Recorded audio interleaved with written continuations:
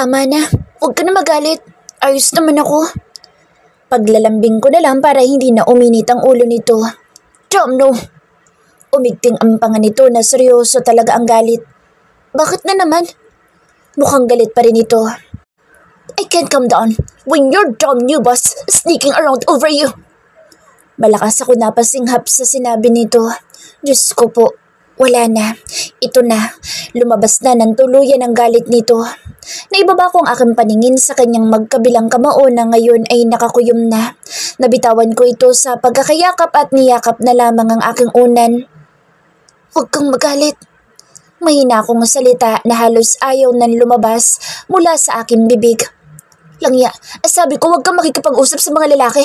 Pero hinatid ka pa rito ng gabing-gabi na? Binigyan ka pa ng bulaklak? Magkaibang pagkakataon iyon, Alex. Hindi yun iisang araw lang. Angal ko dahil parang ang dating ay nakipag-date ako sa aking boss. I knew it. Shit, sana tinanggihan mong ihatid ka dito. Sa susunod, huwag ka nang tatanggap ng kahit na anong bagay sa ibang tao lalo na sa lalaki. Mariing utos nito sa akin. Hindi ko na maintindihan ang sinasabi nito. Basta ang alam ko ay galit na galit ito dahil kay Boss Luis. Kaya ba nagagalit ka kanina dahil doon? Tanong ko dito. Of course, sino bang hindi magagalit? Masungit na salita nito. Huwag ka na magselos dahil wala ka naman dapat na ipagselos sa kanya. Hinawakan ko magkabilang panga nito para pakalmahin. Ayoko nang magalit ito at baka abutan kami ng pagsikat ng araw ay galit pa rin ito. Napatitig naman ito sa akin. Biglang lumambot ang mukha. Hindi ko lang maiwasan, baby.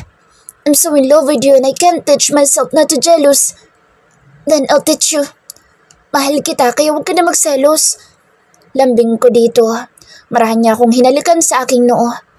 Mas mahal na mahal kita. Ayoko mawala ka sa akin at baka mabaliw ako kapag iniwan mo ko. Parang gusto kong maluha sa sinabi nito. Bigla akong nakaramdam ng kaba dahil mula sa sulok ng aking kaisipan, ang pangamba sa taong nagpapadala sa akin ng mga mensahe. Bigla akong nayakap ng mahigpit si Alex. Mahal na mahal din kita. Kahit pa hindi tayo ganoong katagal magkakilala pero mahal kita, Alex. Inilubog kong aking muka sa dibdib nito at hindi ko na naiwasan ng maluha. Magaang kamay ang humaplos sa aking likod. Hindi mo lang alam pero matagal na kitang kilala, baby. And I'll never stop saying how much I love you. Kasi I always do. Anong sabi mo? Napaangat ang aking mukha sa sinabi nito. I love you. Nakangiting nakatunghay ito sa akin. I love you too. Bumaba ang mukha nito sa akin at napapikit na lamang ako para salubungin ang masarap nitong halik. Ilang minuto pa kami nagkayakap bago kami nahiga na dalawa sa aking kama na kahit maliit para sa kanya ay mukhang ayos lang sa kanya. Good night, baby. Good night, Alex. Nakasubsob ang aking mukha sa kanyang leeg para makatulog. Kinabukasan ay maaga pa rin kaming nagising na dalawa. Binabantayan niya lamang ako habang ako'y nagluluto sa aming breakfast. Nang matapos ko magluto ay si Alex naman na nag-ayos ng aming pinggan. Ito pa ay nag-asikaso sa aking pagkain. Hinayaan ko na lamang ito dahil mukhang good mood ito. Masaya kaming kumakain ng aming agahan. Napagpasyahan naming mamasyal rin sa labas. Hindi naman ito ang una naming date ay pakiramdam ko ay first date pa rin namin. Sakay ng mamahaling kotse nito ay nagpunta kami ng Tagaytay. Nilibot namin ang lugar, lalo na ang masasarap na mga pagkain halos hindi ko na maubos sa sobrang daming binibili ni Alex. Hindi ko maramdaman ang lamig ng lugar sa init ng pagmamahal sa akin ni Alex na walang sawang humahalik sa akin.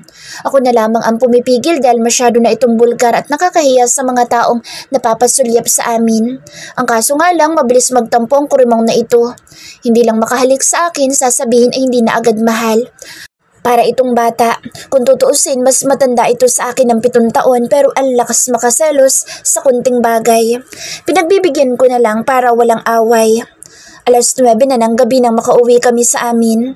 Pinilit pa ako ni Alex na sa kanya ako matutulog kaya pumayag na lang ako. Magkayakap kami ngayon sa kanyang higaan. Nasaan na ngayon ang dalawang bantay? Tanong ko kay Alex. Bakit mo hinahanap? Salubong ang mga kilay nito na nakatingin sa akin. Tinatanong ko lang. Siyempre nung wala ka halos araw-araw ko nakikita ang dalawang iyon dito sa tapat ng bahay. Salita ko. Pinauwi ko na. Masungit na sagot nito. Oh, baka nagsaselos ka na naman. Nagtatanong lang ako. Napairap tuloy ako sa taong ito. Hindi kasi dapat tinatanong ang ibang tao kung nandito naman ako. Nagkanda haba-haba ang uso nito sa pagsasalita. Para kang bata, Alex. Ilang sandali lang ay malalakas na ungol na maririnig sa buong kwarto sa tindi ng pag-angkin sa akin ni Alex. Parang laging sabik ito sa bawat galaw na ginagawa nito sa akin. Hanggang sa maabot namin ang dulo ng kaluwalhatian at muli ay nakailang rounds pa kami bago ko tuluyang kainin ng karimlan. I love you so much, baby. Sa loob na mahigit 2 linggo ay hindi na kami mapaghiwalay dalawa ni Alex. Palagi itong nakasunod at nakadikit sa akin kung saan man ako magpunta. Para siyang anino ko na palaging nakasunod. Nang minsang nagbanyo ako, paglabas ko ay galit na galit ito dahil hindi niya ako nakita at akala ay umalis ako nang hindi nagpapaalam sa kanya. Nag-away tuloy kami nang wala sa oras dahil sa pagiging obsession niya. Ilang oras ko itong hindi pinapansin kaya mas lalo lamang itong naging parang bata ang ugali na takot mawalay sa kanyang nanay. Palaging nagpapapansin naman ito sa akin na para bang maamong tupa. Paminsan-minsan naman ay lumalabas kami for our romantic dinner. Kaya lalo kong nai-inlove sa taong ito dahil hindi ito papayag nang hindi kakanta ng mga favorite songs ko. Pakiramdam ko nga ay para ako lumilipad sa alapaap. Masyado niya akong ini-spoil sa pagmamahal. Palagi pa siyang nakaalalay sa akin, kaya na kay Alex na umikot ang mundo ko dahil sa pagmamahal na ibinibigay nito sa akin na higit ko rin namang ibinabalik sa pag-aasikaso ko sa kanya, lalo na sa gabing nagpapainit sa aming dalawa. Hindi lamang sa gabi dahil anumang oras nito gugustuhin ay talagang walang patawad. Para na nga kaming mag-asawa dahil sa bahay nito ako natutulog na. Uuwi na lamang ako ng bahay kapag kukuha ng isusuot ko. Kailangan ko mag-grocery, wala na tayong stocks. Anas ko kay Alex. Napaangat ang mukha nito sa akin at tiningnan ako mula ulo hanggang paa habang nakaharap sa laptop nito dahil kasalukuyan itong nakikipag-meeting sa kanyang mga tauhan. Napilitan itong ikwento sa akin kung ano ang trabaho niya kahit na ba alam ko na dahil naikwento na sa akin nila Randy at Lucio. Kunot-no itong napatingin sa akin habang ako'y nakatayo sa harapan nito. Sinigurado kong simpleng t-shirt at pantalon lang ang suot ko para wala itong masabi. We can go to the market after this. Sagot nito habang nakatitig sa akin at hindi na nakatingin sa kanyang laptop. Umiling ako bilang pagtanggi. Huwag na, saglit lang naman ako. Importante ang meeting mo. Mahina akong salita para hindi ako marinig ng kanyang mga tauhan. I can continue this tomorrow para samahan ka, baby. Huwag na, baka pag uwi ko hindi pa kayo tapos dyan. Kaya sige na, saglit lang ako para makapagluto ko ng dinner natin. Lumapit ako sa kanyang harapan at ngumuso para humalik. Mabilis pa sa hangin naman itong humalik sa akin na may kasamang tunog pa. Pero kulang na lang ay kainin ito ang buong bibig ko kung makahalik. Ibang klase talaga ang kurimaw na ito kung makahalik. Para bang halimaw. Baka may kumausap sa iyo dun, baby. Salita nito matapos ang makapugtong hininga naming halikan. Agad na nagsalubong ang mga kilay ko sa sinabi nito. Ano bang klaseng salita yan, Alex? Natural may kakausap sa akin lalo na kung sasakay at bibili ako. Inis kong sagot dito. Kaya nga sasamahan na lang kita para sigurado, baby. Palusot ni Kurimaw. Napapadyak tuloy ako sa sahig. Ang kulit mo naman. Saglit lang ako doon. Bahala ka nga, alis na ako. Sabay talikod ko at baka abutin pa ako ng siyam-siyam bago makaalis. Baby! Hindi pa man ako nakakalabas ng bahay nang higitin itong aking braso kaya marahas ako napalingon dito. Ano ba, Alex? Inis kong singhal dito. Mag-ingat ka, baby.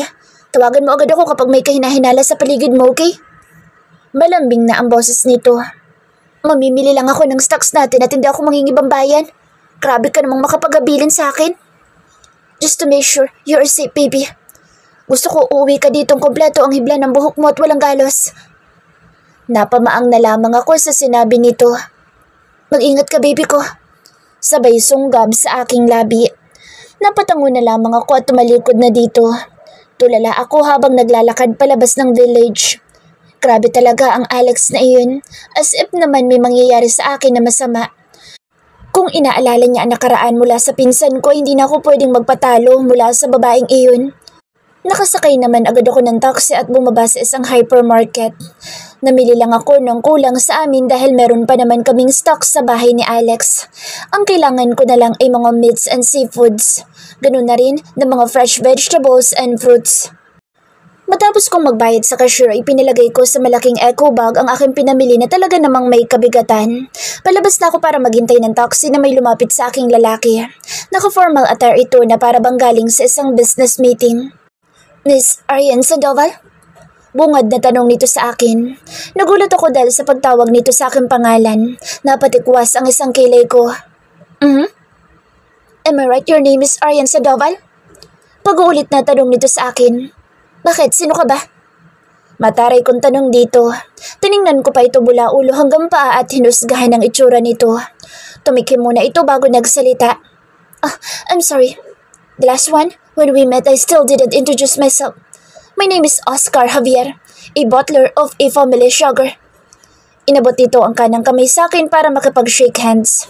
Napatigil ako saglit at ganoon na lang ang pag-ahon ng aking kaba dahil ang taong nasa harapan ko ay ito rin ang taong nagbigay sa akin ng sobre noong mga nakalipas na mga linggo. Hindi ko na ito naalala maski ang binigay nito dahil naging palagay ang loob ko sa tuwing kasama ko si Alex. Ang sinasabi nitong butler sa pamilyang Sugar ay malamang na amo nito si Alex. Anong kailangan mo? Pilit kong pinatatag ang aking boses kahit mabigla ng lamig ang aking dalawang mga kamay. Naibaba ko bigla ang dalawang eco bag. We can talk inside to have a coffee, Miss Sandoval. Hindi ba pwedeng dito na lang? Mas makakapag-usap po tayo na maayos sa loob, Miss Sandoval. Don't worry, wala akong gagawing masama sa'yo. Napaisip ako at tumango. Okay. Tinulungan pa ako nitong buhatin ang dalawang eco bag. Pumasok kami sa loob ng coffee shop sa kaparehong mall. Hinayaan ko na lamang itong umorder dahil wala doon ang aking isipan kundi sasabihin nito. Habang tumatagal kasi ay mas lalong kumakabog ang aking dibdib. Nang ibinaba ng waiter ang order na slice ng cake at coffee ay humarap na sa akin si Mr. Oscar Javier. You can drink your coffee habang nagsasalita ako. Pag-aalok nito, umiling ako. Sabihin mo na dahil nagmamadali ako. Masungit kong salita dahil sa ganitong pakiramdam ay hindi ko makuha man lang ang mag-enjoy sa kung ano man ang nasa aking harapan. Matapos itong uminom ng kape ay tumikhim ito. May inilabas muli itong sobre mula sa kanyang coat at inilapag sa aking harapan. Nagdalang muli ako ng panibago dahil baka naiwaglit mo na yung huling ibinigay ko. Totoo naman na naiwaglit ko na. Hindi ko na nga maalala kung saan ko huling nailagay iyon at hindi pa rin binabasa ang loob ng sobreng iyon. Mrs. Sugar wants to talk to you, but you always declined. Kaya muli naparito ako. Ilang beses na akong nagpabalik-balik sa bahay mo pero hindi kita matagpuan. Bagkus, si Sir Alex ang palagi nakakakita sa akin and threatened me. Mabilis ako napasinghap. Hindi ko alam na may ganito ng pangyayari. Wala naman kasing binabanggit na kahit na ano sa akin si Alex, bukod sa palaging nakabuntot ito sa akin. Sa araw-araw na palagi ako nakasubaybay. Ngayon lamang kita nakitang lumabas ng bahay mag-isa. And this is I want to explain. Mataman lamang ako nakatingin dito, pero ang dibdib ko'y patuloy sa malakas na pagkabog. Pati ang aking tiyan ay parang hinahalukay na hindi ko mawari sa kung ano pa mang kasunod nitong sasabihin. Parang hindi ko kakayanin ang susunod na revelasyon.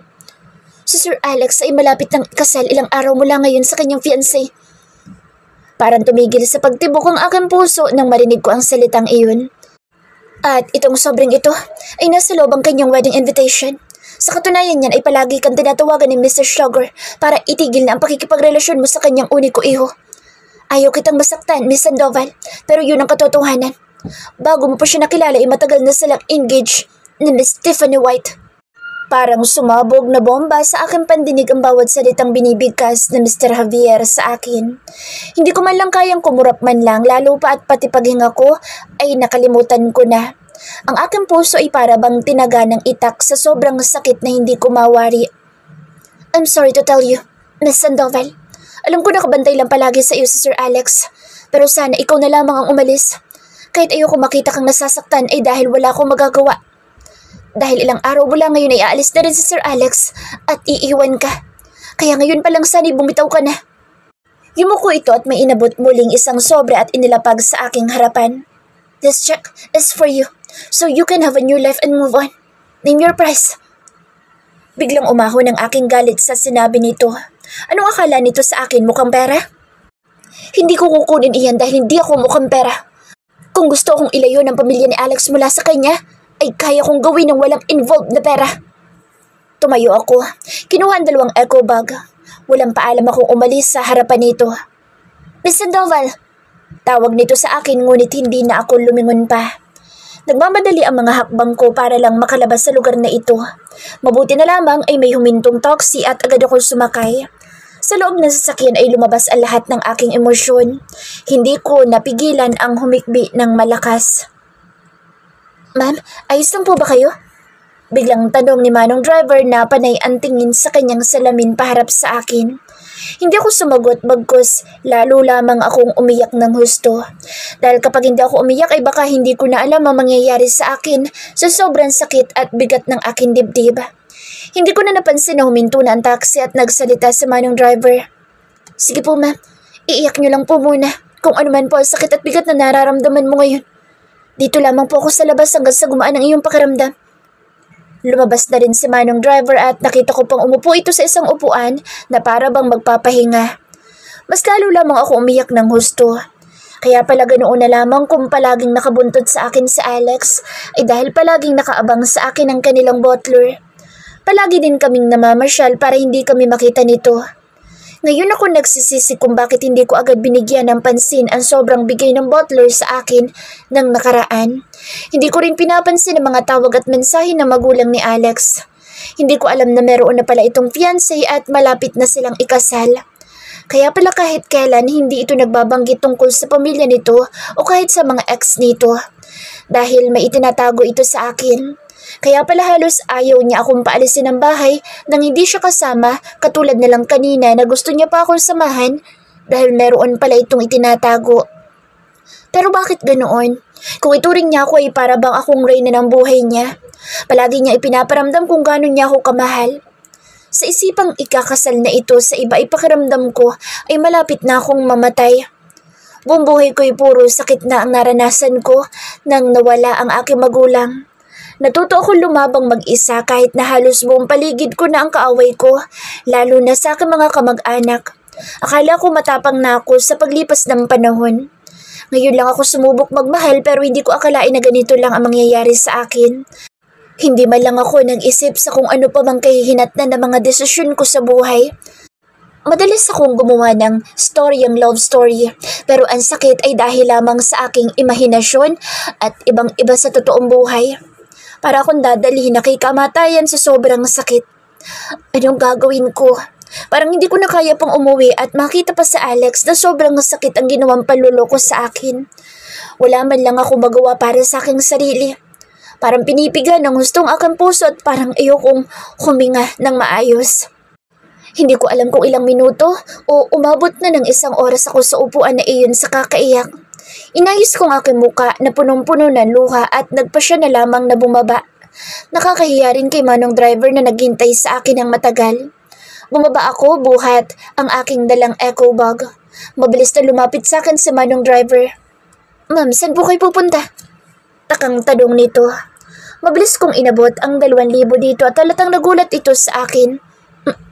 Manong, salamat po sa paghintay sa akin. Siguro po sa iba na lamang po ako sasakay. Pasensya na po sa storbo. Napasunog pa ako habang nagsasalita. Nakita ko ang muka ng pagkahabag ni Manong driver. Ihatid na po kita ma'am. Kawawa naman kayo at baka mapano pa kayo. Umiling ako bilang pagtanggi. Hindi po Manong. Salamat po sa pag-unawa. Dito lamang ako. Mabilis kong kinuha ang kamay ni Manong at inilagay doon ang pera. Tumalikod na ako dito at hindi na hinintay pa na magsalita pa ito. Bit-bit ang 2 eco bag na may kabigatan ay hindi ko man lang alam kung saan ako papunta. Para pa rin akong lutang sa sandaling ito. Naglalakad lamang ako habang lumilipad ang aking kaisipan. Malakas na busin ang aking kinahinto sa aking paglalakad.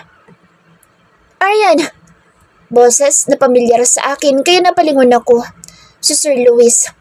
Hop in, ihatid na kita. Salita nito habang nakadungaw ang ulo sa bintana ng kotse. Wala ako sa mood ngayon para makipag-usap man lang lalo na ang makipagngitian. Salamat na lang. Pagtanggi ko at nagpatuloy na ako sa paglalakad. Ilang sandali pa'y nagulat ako na may humablot sa akin dala, si Sir Luis, kaya napahinto ako. Tara na. Ngayon lamang kita ulit nakita, Aryan, kaya ihatid na kita. Magdidilim na rin. Wala na akong nagawa dahil ayoko na lamang din magsalita. Hinayaan ko na lamang ito. Nakaupo ako sa kanyang tabi sa loob ng kotse na walang imik. Gusto mo bang kumain bago umuwi? Tanong nito habang nagda-drive. Uwi na ako. Are you sick? You look like you're not okay. Tanong nito habang pasulyap-sulyap ito sa akin. Yeah, kaya gusto ko na umuwi. Gusto mo bandalhin na lang kita sa ospital? Iuwi mo na lang ako? Basungit kong sagot. Okay, sorry. Natigilan naman ako sa aking inakto. Nagmamalasakit lang naman itong si Sir Luis sa akin ay pinagsungitan ko pa. Sorry din, Sir Luis. Masama lang kasi ang pakiramdam ko. No, it's okay. I understand, Aryan. Nakangiting sagot nito sa akin. Hindi na ako umimik pa dahil wala ako sa mood.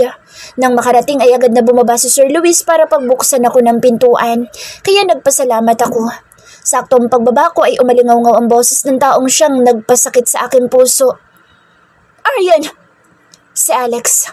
Pagbaba ng dalawang eco bag ni Sir Luis ay bigla na lamang itong natumba sa pagkakatayo.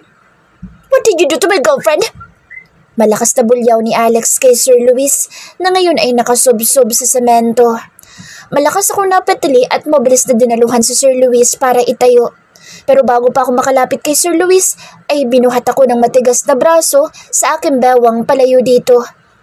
Bitiwan mo ako, Alex! No! I will never allow you to touch that asshole! Malakas kong pinagpapalo si Alex sa kanyang balikat para bitawan ako ngunit para lamang akong humampas sa hangin dahil parang wala itong reaksyon. Ibinaba na lamang ako dito sa loob ng bahay nito. I'm waiting for you for dumb hours and I'm almost losing my mind for searching you at the mall. But you enjoying for that scumbag? Nakikita ko ang pag-igting ng mga panga nito at lumalabas ng ugat nito sa leeg na para bang anumang oras ay sasabog na ito sa galit. Biglang nagkuyom ang dalawang kamao ko at dahil mas lalo lamang lumalim ang sakit at galit na nararamdaman ko ngayon. Parang gusto ko muling maluha ng aking mga mata sa tindi ng emosyon na aking nararamdaman. Ikaw pa itong may ganang magalit? Malakas kong bulyaw dito. Yes, I have my rights to be mad for heaven's sake, Aryan. Wala kang karapatan sa akin dahil una pa lang niloloko mo ako. Hindi ko na napigilan ang paglandas ng aking mga luha. Natigilan ito at mukhang nagulat sa aking salita. Ayoko na. Tama na ito. Matagal mo na akong niloloko sa una pa lang. Parang sinaksak ang aking puso sa bawat salitang binibigkas ko. What did you say? Nahihirapan ang boses ni Alex. Huwag ka na magkunwari pa. Dahil alam ko na ang totoo, kaya tapusin na natin ito. Mariin kong salita at mabilis na tinalikuran ito dahil anumang oras ay matutumba ako sa sobrang panghihina. Don't leave me, baby! Bago ko pa mahawakan ng doorknob ay may pumulupot sa aking likuran. Please don't do this! Don't leave me, baby! I can't live without you! Basag ang boses ni Alex habang nakabuo ng mukha nito sa aking batok. Bitiwan mo ako! May loloko! Malakas kong bulyaw dito. Pero imbis na bitawan ako nito ay mas lalo lamang itong humigpit ng yakap sa akin. Please, baby. Pag-usapan natin ito. Ayoko na makipag-usap sa iyo. Kaya ngayon pa lang ay magkalimutan na tayo. Hirap kong bigkas habang walang tigil sa agos ang aking mga luha. I love you so much, baby. Don't ever try to tell me how much you love me. If you already have a fiancé. Napapikit ako sa sobrang sakit ng aking puso nang isalita ko ang mga katagang iyon. How did you know that? Mababa ang boses nito dahil sa hindi inaasahan na salita ko. Bakit? Hindi ko ba pwedeng malaman? Mapait kong salita. No, don't listen to them, baby. Pwede ba, Alex? Huwag ka na magsinungaling pa. Alam mo na ito at pilit mo lang ako nilalayo sa butler niyo para hindi ko malaman ang mga dapat kong malaman. Hanggang kailan mo ko lulukuhin? Ayoko maging kabit mo kung yan ang pinapangarap mo. Malakas ko itong kinagat sa braso kaya gumaan ang pagkakayakap nito sa akin. Kaya mabilis ako nakakuha ng tiyempo at nakalabas ako ng bahay nito at nagtatakbo para makauwi ng bahay. Hindi ko na pinansin ang malakas niyang pagtawag sa akin. Kulang na lang ay liparin ko rin ang hagdan para makapasok sa aking kwarto. Napadaos-dos ako sa lapag habang umiiyak. Sobrang sakit lang. Dahil maski ito ay hindi nag-atubiling itanggi iyon. Ang tanga ko lang dahil masyado ako nagpadalos-dalos at hindi ko na ginamit ang aking isip na pwede palang mangyari ang ganitong bagay. Masakit. Sobrang sakit pala ang magmahal. Napatigil ako sa aking pagluha nang makarinig ako ng malalakas na kalabog sa kung saan. Ilang sandali pa ay malakas na pagkatok ang aking narinig. Baby, open the door. Please, mag-usapan natin ito. I can explain. Malakas ang pagkatok nito na halos kulang na lang ay gibain nito ang pintuan ng aking kwarto. Hindi ako umimik at tinitigan lang ang pinto. Hinayaan ko lamang ito na magkakatok hanggang sa magsawa. Please, baby. Baby! Are you okay? Wala pa rin akong imik at tumayo para maupo sa aking kama. Wala sa loob na nalibot kong aking mga mata sa aking kwarto habang walang tigil sa kakakatok ang lalaking manluloko. Maya-maya pa bigla itong tumahimik at narinig ko mga hakbang na palayo sa aking kwarto. Imbis na gumaan ang aking kalooban ay mas lalo lamang bumigat ng mga sandaling ito. Muli ay tumulo ang aking luha. Napasinghot ako sa aking kumot. Wala sa loob na napatingin ako sa aking bedside table. Napatitig ako sa sobre na nakapatong mula doon. Ito ang unang ibinigay ng butler sa akin na ikinawaglit na ng aking kaisipan. Kahit sobrang bigat ng aking dibdib ay pinilit kong abutin iyon para buksan. Para saan pa? Alam ko na rin naman na ang laman ng loob noon. Kahit nanginginig ang aking mga kamay at nanlalabong aking mga mata sa patuloy na paglabas ng aking luha, ay pilit kong binuksan ang nasa loob ng sobre. Pigil ang hininga ko nang maiharap ko ang nilalaman ng sobre. It's an invitation for the couple. Alex Sugar and Tiffany White.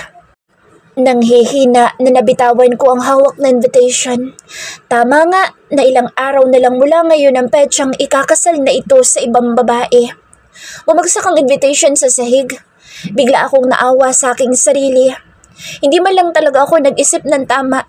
Sana pala una pa lang ay pinaniwalaan ko ang unang mensahe na una pa lang ay bigla akong kinutuban. Nasa ganoon akong posisyon nang bumukas ang aking pintuan. Oh God, baby! Hindi ko ito nilingon at napapikit na lamang ako ng aking mga mata.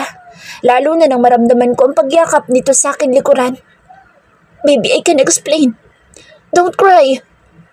Halos pumiyok ito sa pagsasalita habang yakap-yakap ang aking likod. Naramdaman ko pa ang paghalik nito sa aking buhok. Kung inaakala mong ikakasal ako, hindi yun mangyayari dahil una pa lang hindi naman ako may kagustuhan sa kasal na yan. Mapait ang boses ni Alex habang nagsasalita. Saglit ako napahinto sa kanyang sinabi. Tahimik akong nakikinig. It's only my mom made that decision. Napahinto ito sa pagsasalita na para bang pinipigilan ang matinding emosyon habang yakap pa rin ng malakas nitong braso ang aking katawan. Because of that dumb business, they've agreed to do that arranged marriage na sila lang ang may gusto. Narinig ko pa ang sunod-sunod na pagmumura nito na halatang pinipigilan ang wag na magalit ng gusto. Napatingala ako kay Alex nang wala ng luha sa mga mata. Nagtama ang aming tingin at nakita ko sa kanya ang hindi ko maipaliwanag na emosyon. Totoo bang sinasabi mo? Tanong ko dito. Hindi ko alam kung bakit ko pa naitanong iyon dahil nagbabaka sakaling may pag-asa pa kaming dalawa o dahil sadyang mahal na mahal ko lang ang Alex na ito. I swear to God, you're only one of my life, baby. I'm going insane if you don't believe me. Yes, I'm insane for a long time ago since I met you. Sobrang mahal kita, baby. Mahal na mahal kita, Arian Sandoval. I love you so much and I can't live without you. Halos lumundag ang aking puso sa sinabi nito, kasabay pa ng titig nitong nanonood sa aking mga buto. Kahit gaano mo pa ako kamahal, kung ikakasal ka na. Garalgal ang aking boses, kaya bigla akong napayuko. Muli ay para bang gusto ko na naman ang maluha. Kahit pa sobrang hapdi na ng mga mata ko.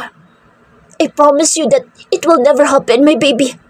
Kung gusto nila, sila na lang ang magpakasal. Sila lang nakaisip ng walang iyang kasal na iyon. But Mr. Oscar Javier told me that I should avoid you. Damn that old man. Dapat tinuluyan ko na ang gagong yun eh. At muli ay malakas na pagmumura ang lumabas sa bibig nito.